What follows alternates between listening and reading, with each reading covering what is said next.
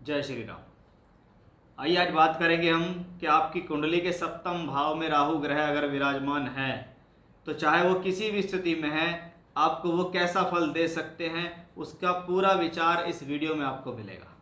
यानी घर परिवार किसी की भी कुंडली में अगर राहु सप्तम भाव में और आपके मन में इच्छा है कि राहु सेवंथ हाउस में क्या कर रहे हैं, राहु की दशा आने वाली है, राहु क्या फल देंगे, अंतरदशा आने वाली है, राहु क्या फल देंगे, राहु नेचुरली सेवंथ हाउस में बैठ के क्या फल देंगे, क्योंकि सातवां घर ही बड़ा विशेष घर होता है ज्योतिष शास्त्र के अंदर। उसके एक एक कारकत्व को लेकर राहु से मैच करते हुए इस पूरी वीडियो में मैं आपको समझाने की कोशिश करूंगा, जिससे आप ये समझ जरूर जाएंगे कि एग्जैक्टली आपका राहु है तो यहाँ पे, और वो क्या क्या आपको दे रहा है ये भी आपको जीवन में पता लगेगा। सबसे पहले राहु प्लेनेट और सेवंथ हाउस, सातवां एक घर, राहु एक व्यक्ति उसके अंदर जाके बैठ गया, उसके क्या परिणाम हो सकते हैं। पहले उस व्यक्ति का स्वभाव जानिए कि उस स्वभाव वाले व्यक्ति को हम कहते हैं स्मोक, धुआं, छाया या ग्रहण लगाने वाला ग्रह। यानी इस प्लेनेट का स्वभाव है, वो कहता है जी मैं राक्षस हूँ, लेकिन मैंने अमृत कलश का धोखे से पान किया है, इसलिए मुझे ग्रहों के साथ गिन लिया गया कि भी 7 में से 2 ग्रह और हो गए राहु केतु, इसलिए 9 ग्रह हो गए। यानी मैं अच्छा भी हूँ, मैं बुरा भी हूँ। मैं अच्छा देने पे आऊँ तो मैं बहुत कुछ दे सकता हूँ, इसलिए कुछ लोग मुझे ये भी कहते हैं कि कलयुग में राजा बना सकता है। और मैं बुरा करने पे आऊँ तो मैं इतना भी बुरा कर सकता हूँ कि आपको पूरे जीवन में कारावास में डाल सकता हूँ। यही वो राहु है जो अड़ियल है, निर्भीक है, साहसी है, सामाजिकता से हटने वाला है, रूढ़िवादी है। ऐसी बातें उसको नहीं समझ में आती हैं जो ज्ञान की हों, संस्कारों की हों। वो अपनी राह अपने आप बनाने वाला व्यक्ति है, इसलिए रूल को बनाने वाला और तोड़ने वाला कौन है? राहु है। जीवन में हमेशा से अचानक से रिजल्ट देने वाला प्लेनेट कौन है? राहु है। स्वभाव में अशुभ है, राहु है। हमेशा कुछ ना कुछ नया करने की कोशिश करना, कुछ नया ऐड करना और परिवर्तन करते रहना, क्या है ये सब राहु का स्वभाव है। अब वो स्वाभाविक राहु 7th हाउस में पहुंचता है, जो एक मोस्ट इंपॉर्टेंट भाव कहलाता है। क्यों है ये मोस्ट इंपॉर्टेंट भाव? आपने सुना होगा कि ये लग्न से सप्तम है, तो सप्तम से सप्तम वापस लगन ही है, इसलिए कहीं ना कहीं ये आपके शरीर से डायरेक्ट रिप्रेजेंट करता है, क्योंकि आपके लगन से सप्तम में सिर्फ यही प्लेनेट है। अगर सारे प्लेनेटों को देखो तो उनकी सीधी दृष्टि हमेशा सप्तम दृष्टि होती है, और हर कोई ग्रह सीधा तो देखता ही है। इसलिए अगर लगन से सप्तम भाव है तो सप्तम से लगन भी है, इसलिए ये दोनों एक दूसरे के पूरक हैं। इसलिए पहली बात आती है कि 7th हाउस मोस्ट इंपॉर्टेंट है। चौथे घर से चौथा, अगर चौथा घर सुख है तो 7वां घर भी क्या है? सुख का सुख है। अगर 10वां घर कर्म है तो 10वें से 10वां कौन है? 7th। यानी हमारे सुख, हम स्वयं और हमारे कर्म, ये सब 7th हाउस पे डिपेंड करते हैं। अगर हमारा 7th हाउस बेहतर है तो हमारे 7th हाउस बेहतर होने के कारण ये सब चीज़ें ऑलरेडी बेहतर हो जाती हैं। इसलिए बहुत मोटे तौर पर कहा भी जाता है कि भाई जिसका वैवाहिक जीवन सुखी होता है ना, वो जीवन में अवश्य व्यक्ति राइज जरूर करता है, क्योंकि उसको एक चिंता कभी नहीं होती कि मेरे घर में क्या हो रहा है, क्योंकि घर में मेरी एक सुलक्षणी पत्नी है और वे मेरे घर का केयर कर रही है, इसलिए मेरा पूरा फोकस रहता है अपने काम में। और आप इतिहास उठा के देख लीजिए, जिनके जीवन साथी के साथ ट्यूनिंग बहुत अच्छी रही है, ऐसे लोग अवश्य ही जीवन में राइज कर ही जाते हैं। अब इस राहु का 7th हाउस में बैठने का रिजल्ट है कि इसको बहुत सारे तरीके से हम देखेंगे। सबसे पहले 7th हाउस के लिए कहा गया है कि 7वें घर में कोई ग्रह नहीं होना चाहिए। शास्त्र कहते हैं 7th हाउस खाली हो तो ही ठीक है, क्योंकि इतनी सारी चीज़ों को ये संभालता है, इसमें खाली है तो अपने इस तरीके से रिजल्ट दे देगा। फिर वो कहते हैं अगर 7वें घर में कोई बैठा हो तो वो शुभ ग्रह होना चाहिए, नेचुरल शुभ ग्रह, जैसे बुध हो, चंद्र हो, गुरु हो, शुक्र हो। अशुभ ग्रह तो इसमें होने ही नहीं चाहिए, क्योंकि अगर अशुभ ग्रह 7वें घर में जाता है तो 7th हाउस में बैठा हुआ अशुभ ग्रह परेशान तो करता है। अब ऐसा ही एक प्लेनेट राहु आ गया, तो एक बात तो समझ में आती है कि स्वभाव में तो अशुभ है, राक्षस तो है। 7th हाउस में राहु गया है तो प्रॉब्लम्स तो उसको 7th हाउस में देनी है। अब 7वें घर से संबंधित जितने भी कारकत्व हैं उसके अंदर उसको डिस्टरबेंस देना, जिसमें सबसे पहला मुख्य कारण होता है विवाह या वैवाहिक जीवन। ये दोनों चीज़ें हमें 7th हाउस से नज़र आती हैं कि हमारा स्पाउस, हमारा जीवन साथी, क्योंकि लगन में हम खुद हैं, तो लगन से सप्तम और सप्तम से लगन, क्योंकि राहु भी तो लगन को वापस देखेगा। अगर लगन से सप्तम में बैठा है तो लगन सप्तम से लगन को वापस देखेगा। इसलिए आप और आपका जीवन साथी दोनों राहु से जुड़ गए। और राहु तो सदैव केतु को साथ में लेके चलता है कि राहु सप्तम में तो केतु लगन में, केतु सप्तम में है तो राहु लगन में। इसलिए 7th हाउस में अगर राहु दिखाई दे तो हम ये जरूर कह देंगे कि भाई अपने वैवाहिक संबंधों का ध्यान रखना, क्योंकि वो मैलेफिक है। तो सबसे पहला काम होता है आपकी मैरिज के अंदर डिले करने का। अभी हम पहले यही लेके चलेंगे कि डिले करने का काम है कि राहु अगर 7th हाउस में बैठ गया है, उसके ऊपर कोई शुभ प्रभाव नहीं है, यानी नेचुरल शुभ प्रभाव कुछ नहीं है, उस पर अशुभ ग्रहों का प्रभाव है, जैसे मंगल का। अब राहु सप्तम में है, मंगल कहाँ बैठे? 12वें घर में, पहले घर में और चौथे घर में बैठ जाए तो सप्तम भाव पे दृष्टि आएगी। 12वें से 8वीं दृष्टि, लगन से 7वीं और चौथे से चौथी, और मंगल उसके साथ बैठ जाए तो इन चारों कॉम्बिनेशन में क्या होता है? मंगल दोष बनता है। और ये मंगल अशुभ है और 7th हाउस से कनेक्शन बनाता है, तो ये आपकी मैरिड लाइफ को प्रॉब्लम देने के लिए तैयार है, जिसमें डिले के साथ डिस्प्यूट दिखता है। क्योंकि मंगल राहु डिले भी करेगा, गलत फहमी भी फैलाएगा, और मंगल उसका साथ अगर देगा तो इसको हम कहते हैं साथ में बैठते तो अंगारक योग बनता है, और देखता है तो क्या करेगा? मैरिज लाइफ में डिस्प्यूट्स देगा, झगड़ा झंझट कराएगा। इसलिए राहु को अशुभ प्रभाव से दूर होना चाहिए। जितना ज़्यादा अशुभ प्रभाव होता है उतना ज़्यादा पहले तो आपकी शादी लेट होनी शुरू हो जाती है, डिले होता चला जाता है, और बाद में उसके अंदर मैलेफिक प्रभाव होने के कारण विवाह और वैवाहिक संबंध खराब होते चले जाते हैं। इसलिए 7th हाउस में राहु है तो इतना नहीं घबराना, देखना जरूरी है कि राहु के साथ अन्य कोई प्रभाव कैसे है। क्योंकि सामान्य तौर पे अगर मैं देखूं तो राहु कब शुभ और कब अशुभ आप बहुत आसानी से पता लगा सकते हैं कि राहु को शुक्र, बुध और शनि की राशियां पसंद होती हैं। अगर वो शुक्र, बुध और शनि की राशि में सप्तम भाव में बैठा है तो उसे खुशी है। इसके विपरीत सूर्य, चंद्र, मंगल और गुरु की राशियों में बैठता है राहु सप्तम में, तो उसको खुशी नहीं होती।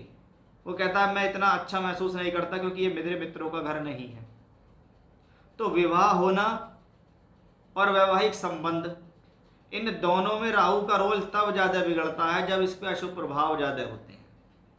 जब अशुभ प्रभाव ज़्यादा होते हैं तो ऐसा राहु क्या कर देगा? पहले तो मैरिज को डिले करेगा, फिर गलतफहमियां डालेगा, मंगल से प्रभावित होगा, झगड़े झंझट होंगे, शनि से प्रभावित होगा तो क्या होगा? सेपरेशन होंगे। और अगर सूर्य से प्रभावित हो यानी सूर्य के साथ बैठ जाए तो क्या बन जाएगा? फिर ये ग्रहण दोष। और जब ये ग्रहण दोष बन जाएगा तो क्या होगा? 7th हाउस पे ग्रहण लगेगा। ग्रहण लगेगा यानी अवश्य ही ये आपकी मैरिड लाइफ को डिस्टर्ब करने में कामयाब जरूर रहेगा। इसका पूर्ण फलादेश कब ज़्यादा पता लगता है कि अगर नवमांश कुंडली में भी 7th हाउस की इसी प्रकार से प्रॉब्लम्स है तो आप जान लीजिए कि वो प्रॉब्लम निश्चित होकर रहेगी। वहाँ पर आपका स्टैंप लग गया, मोहर लग गई कि भैया ये काम हो गई होगा। अब राहु 7th हाउस में बैठ गया तो 7th हाउस क्या है? काल पुरुष का 7वां घर शुक्र की राशि का है, और शुक्र ग्रह को 7वें का स्वामी और नेचुरल कारक भी कहते हैं। इसलिए विवाह और वैवाहिक संबंधों के चलाने के लिए अगर 7th हाउस में राहु, तो सबसे पहले देखो शुक्र कहाँ गया। अगर वो शुक्र अस्त हुआ, वो शुक्र अशुभ ग्रहों से पीड़ित हुआ और वो शुक्र 6, 8, 12 में हुआ, तो आप निश्चित समझ लीजिए कि आपकी मैरिड लाइफ में प्रॉब्लम देने के लिए ये प्लैनेट तैयार बैठा है। ये आपकी मैरिड लाइफ को प्रॉब्लम देगा ही देगा। राहु बैठा है 7th हाउस में और शुक्र कुंडली के 6, 8, 12 में बैठा है, तो जीवन साथी के साथ डिस्प्यूट देगा, जीवन साथी के साथ संबंध अच्छे नहीं रखेगा। यानी शुक्र कौन है? ब्यूटी ऑफ मैरिज है। शादी होना एक अलग बात है और शादी का चलना एक अलग बात है। तो शुक्र दूषित हुआ तो क्या है? ब्यूटी ऑफ मैरिज की कमी। अब ये ब्यूटी ऑफ मैरिज की कमी और 7th हाउस में राहु है तो व्यक्ति क्या करेगा? जब उसको उसके जीवन साथी के से ब्यूटी ऑफ मैरिज नहीं मिलेगा तो वो उसको बाहर खोजेगा। इसलिए कहा जाता है अगर सप्तम भाव में शुक्र की राशि हो, वृषभ या तुला, सप्तम भाव में मंगल की राशि हो, मेष या वृश्चिक, इनकी राशि में राहु बैठा हो, शुक्र ग्रह 6, 8, 12 में हो, और जहां पे राहु बैठा है उसकी राशि का मालिक भी 6, 8, 12 में हो, तो ऐसे व्यक्ति के अनैतिक संबंध होते हैं। ऐसे व्यक्तियों के गोपनीय और गुप्त संबंध होते हैं। बहुत बार तो बिफोर मैरिज और आफ्टर मैरिज भी होते हैं। ऐसा भी कहा गया है कि राहु का संबंध सप्तम भाव से है, मंगल का प्रभाव उस पर पड़ रहा है या मंगल उसके साथ है, और शुक्र 8वें, 6ठे या 12वें में है, तो क्या होता है, अपने से कम उम्र की स्त्री या पुरुष के साथ अनैतिक संबंध स्थापित होने की संभावना बढ़ती है। और इसके विपरीत सूर्य, गुरु और शनि जैसे ग्रह अगर सप्तम भाव में राहु के साथ हैं और शुक्र 6, 8, 12 में बैठा है, तो कहेंगे कि अपने से बड़ी उम्र के स्त्री या पुरुष से अनैतिक संबंध होंगे। तो यहाँ से आपका प्रॉब्लम शुरू हो जाती है, आपके कैरेक्टर पे सवाल उठने शुरू हो जाते हैं, और वो कैरेक्टर कहीं ना कहीं खराब मिलता है। इसलिए राहु 7th हाउस में बैठे पीड़ित हो जाए, शुक्र भी पीड़ित हो, तो ये प्रॉब्लम है कि भैया नेचुरल साइन है वीनस का। सामान्य तौर पे क्या कहते हैं हम, कारको भाव नाशाय, कारक भाव का नाश करता है।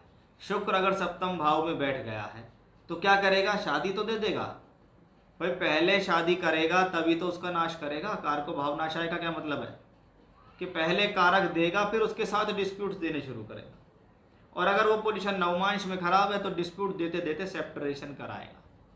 7th हाउस में शुक्र राहु हो या मंगल राहु हो, या 7th हाउस में राहु मंगल या शुक्र की राशियों में मंगल और शुक्र के साथ ही संबंधित हो, या तो उसे देख रहे हो या उसके साथ हो, तो भी हम कह सकते हैं कि कहीं ना कहीं कैरेक्टरली प्रॉब्लम्स होने की संभावनाएं बढ़ जाती हैं। खास तौर पे मंगल और शुक्र की राशि में 7th हाउस में बैठना आपके सेक्सुअल डिजायर्स को बहुत अधिक बढ़ा देता है, आपकी सेक्सुअल नीड्स को बहुत ज़्यादा बढ़ा देता है। उसके साथ साथ 8th हाउस भी अगर पॉजिटिव नहीं है तो हम ये कह सकते हैं कि ऐसा व्यक्ति अपने पार्टनर से संतुष्ट हो ही नहीं पाता। वो अपने पार्टनर्स के साथ भी रिलेशनशिप्स में होता है, वो किसी और व्यक्ति विशेष के साथ भी रिलेशनशिप्स में इन्वॉल्व हो जाता है। तो यहाँ कैरेक्टर को लेकर बहुत ज़्यादा प्रॉब्लम्स राहु 7th हाउस में देने में सक्षम है। 6ठे घर का मालिक, 8वें घर का मालिक या 12वें घर का मालिक, या 2 या तीनों या अकेला अगर 7th हाउस में राहु से संबंधित है तो ये डिस्प्यूट्स के साथ जीवन साथी को हेल्थ इश्यूज भी देगा। साथ ही साथ दूर स्थान से जुड़कर, क्योंकि राहु को फॉरेन से भी जोड़ा गया, दूर स्थान से जुड़कर शादी होना। बहुत बार क्या है, शादी जहाँ से रिश्ता हुआ बहुत दूर के रहने वाले हैं, या आप पढ़ने के लिए विदेश चले गए या नौकरी के लिए विदेश चले गए, वहाँ पर ही आपको कोई महिला मिल गई या पुरुष मिल गए, उसके साथ आपका अफेयर हुआ और आपने उनके साथ शादी की, ये भी 7th हाउस के राहु में, क्योंकि राहु मर्यादा नाम की चीज़ को नहीं समझता, ये मर्यादा से हटकर चीज़ें करता। तो बहुत बार 7th हाउस में राहु होते हैं तो असामाजिक विवाह क्या होता है, अपने से बहुत बड़ी स्त्री या पुरुष से विवाह करने की इच्छा होना, अपने से जात से अलग होना, यानी पहले तो कास्ट से अलग होना, फिर धर्म से अलग होकर काम करना। और वो कहता है जी मैं इन बातों को मानता ही नहीं, क्योंकि राहु रूढ़िवादी है, परंपरावादी नहीं है, ये रूढ़िवादी प्लेनेट है, ये हटकर चलता है, इसको सामाजिकता नाम की चीज़ पता नहीं होती है, ये वो सभी कार्य करता है जो समाज से हटकर होते हैं। इसलिए राहु अगर 7th हाउस में पीड़ित है तो व्यक्ति ऐसा काम करता ही है, और ऐसे काम कर भी लेता है, बाद में प्रॉब्लम होगी वो एक अलग बात है। इसीलिए 7th हाउस के राहु को ये हमेशा देखना चाहिए, क्योंकि कहा जाता है कि 7वें घर में राहु अगर शनि की राशि में बैठे या शनि से दृष्ट हो तो अपने से काफ़ी बड़ी उम्र के लोगों से शादी होती है। बहुत बार क्या होता है, लड़की है 25 साल की, लड़का मिला है 32 साल का, माँ बाप ने देखा जी लड़का सरकारी नौकरी में अधिकारी है, कोई बात नहीं है, चलेगा, कर दीजिए शादी। तो बहुत बार ऐसा देखा जाता है। और ये सब होता कब है, जब राहु 7th भाव में शनि की राशि में हो या शनि उससे दृष्ट हो, तो भी ऐसा देखा जाता है। अब 7th हाउस को बिजनेस पार्टनरशिप भी कहते हैं, इसलिए 7th हाउस में अगर राहु है, शुभ राशियों में है और शुक्र भी बेहतर है, तो बिजनेस पार्टनर्स बहुत अच्छा होता है, बिजनेस पार्टनर के साथ बहुत अच्छी सेटिंग होती है।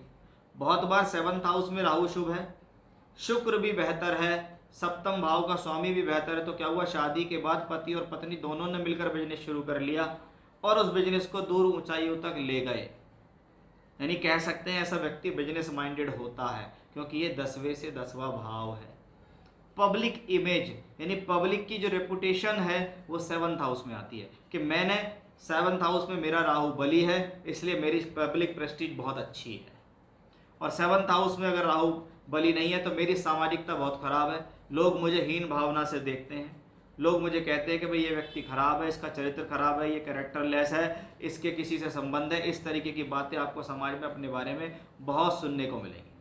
7th हाउस में अगर राहु स्वस्थ बैठा हुआ है तो अच्छी पद प्राप्ति होती है, यानी कार्य क्षेत्र के अंदर अच्छी इमेज मिलती है, अच्छा ओहदा मिलता है, अच्छी डेजिग्नेशन मिलती है, आपको पद प्राप्ति शुभ होती है।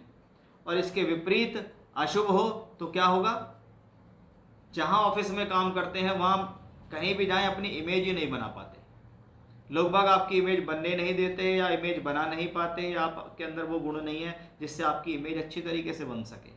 ये भी 7th हाउस में आता है, क्योंकि मैंने शुरू में ही बताया ये 4th से 4th है, ये लगन से सप्तम है और दशम से दशम है, इसलिए 7th हाउस अच्छा होना चाहिए। इसके दो ही रीजन है, या तो वो शादी ना करे, क्योंकि दुनिया में बहुत सारे लोग ऐसे जिन्होंने शादी नहीं करी या शादी छोड़ दी तब उन्होंने राइज करा, और ऐसे लोग हैं जिनके शादी हो चुकी है और शादी के बाद शादी जैसे संबंध बहुत अच्छे हैं तो उन्होंने बहुत राइज किया है। क्योंकि सास घर में जाने के बाद अगर सुख शांति ना मिले तो समझ लीजिए 7th हाउस खराब है। आपकी बाहर बहुत अच्छी पहुंच बनी हुई है, लोग बाग बड़े नाम से जानने, लेकिन घर पे जाने के बाद आपकी हालत बहुत खराब है। बाहर आप मंत्री हैं, एमएलए, विधायक है, लेकिन घर पे जाने के बाद आप कोई मंत्री नहीं, उन्होंने कह दिया आपकी राजनीति, आपकी पद प्राप्ति, मंत्री पद सब भाड़ में गए, बाहर गए, यहाँ आपकी नहीं चलेगी, यहाँ तो मेरी चलेगी। तो उसको सरेंडर करना पड़ जाता है। खासतौर पे वो लोग जो मीडिया से संबंधित वर्क करते हैं, जिनका कम्युनिकेशंस का काम है, मीडिया का काम है, लोगों से बीच जुड़ने का काम है, टूर ट्रैवलिंग्स का काम है, जैसे आज के समय में रिसोर्ट्स हैं, होटल्स हैं, पब्लिक डीलिंग बहुत ज़्यादा होती है। तो ऐसे में भी राहु हेल्प करता है, अगर राहु आपके लिए शुभ स्थिति में बैठा हुआ है। विदेश यात्रा या विदेश से जुड़कर व्यापार करना भी 7th हाउस के राहु से, क्योंकि 7th हाउस को प्रवास भी कहा जाता है, कि दूर स्थान से जुड़ना कहा जाता है। राहु सप्तम भाव में बैठा है और राहु का प्रभाव यानी राहु के ऊपर 12वें और तीसरे घर के स्वामी का प्रभाव हो, या फिर राहु 7th हाउस में जिस राशि में है उसका मालिक तीसरे या 12वें घर में बैठा हुआ हो, तो हम कह सकते हैं कि ऐसे व्यक्ति विदेश से जुड़कर काम कर सकते हैं, विदेश यात्रा कर सकते हैं, बाहर जाके काम कर सकते हैं। अब 7th हाउस में एक कारक और छुपा हुआ है जिसके मन में सबकी बात होती है कि 7वें घर को तो मार्केश भी कहते हैं। बिल्कुल कहते हैं मार्केश, लेकिन अगर किसी की कुंडली में 70 साल की आयु खंड लिखा हुआ हो और 30-35 साल की उम्र में राहु उसके जीवन में आ जाए तो क्या कहोगे, आपको मार्केश चल रहा है? हाँ, उसको कहो आपको मार्केश है, लेकिन इस मार्केश का टाइप्स ऑफ मार्केश क्या है? क्या समाज में इज्जत खत्म होगी? क्या पत्नी या पति का देहांत होगा? क्या तलाक हो जाएगा? क्या वैवाहिक जीवन नष्ट होगा? क्या रेपुटेशन खराब हो जाएगी? क्या खराब चरित्र के कारण सामाजिक सम्मान खराब होगा? किसी स्त्री या पुरुष की वजह से वैवाहिक संबंध खराब होंगे? ये सारे रीजन भी तो मार्केश हैं। किसको कहते हैं जी, मैं तो जीते जी मर गया। ये जो जीते जी मरने वाली कहानी है ना, ये 7th हाउस से ही आती है कि वो मार्केश है, उसको कहता है मैं रोज तुमको तिल तिल मारूंगा लेकिन मैं आपको जान से नहीं मारूंगा, क्योंकि आपका आयु का खंड नहीं आया। तो बहुत बार क्या होता है, लोग बागों इतनी बड़ी बदनामी होती है कि वो जगह छोड़ देते हैं, शहर छोड़ देते हैं, कहीं और जाके बसते हैं, वहाँ काम करना शुरू करते हैं। तो ये भी एक मार्केश का ही प्रकार कहलाता है। बहुत बार क्या 7th हाउस में राहु है, बहुत पीड़ित है, शुक्र पीड़ित है, 7th लॉर्ड पीड़ित है, पति पत्नी के बीच में बहुत प्रेम है, क्या हुआ पति या पत्नी में से किसी को कुछ हो गया, उनका देहांत हो गया, तो ये भी तो उसके लिए बहुत बड़ा कष्ट और मार्केश ही है। तो ये वो सारी चीज़ें मैंने आपको 7th हाउस में कवर की हैं कि राहु अगर 7th हाउस में बैठ गया है तो वो 7th हाउस में बैठकर आपको क्या क्या दे सकता है, कब आपके लिए शुभ है, कब आपके लिए अशुभ है, ये तो आपको चेक करना पड़ेगा कि राहु 7th में है, ठीक है, किसकी राशि में है नोट कर लो, फिर शुक्र ग्रह को ज़रूर देखो, जिसकी राशि में है उसको ज़रूर देखो, क्या प्रभाव है उसको ज़रूर देखो, तो आपको खुद कुछ ना कुछ समझ में आने लगेगा। और बारीकी से समझना चाहते हैं तो फिर कुंडली दिखाइए, उससे जानकारी आपको मिलेगी कि भी ये राहु हमारे लिए एग्जैक्टली है कैसा। तो ये था हमारा आज का विषय, राहु 7th हाउस में आपको क्या क्या करा सकता है। जय श्री राम।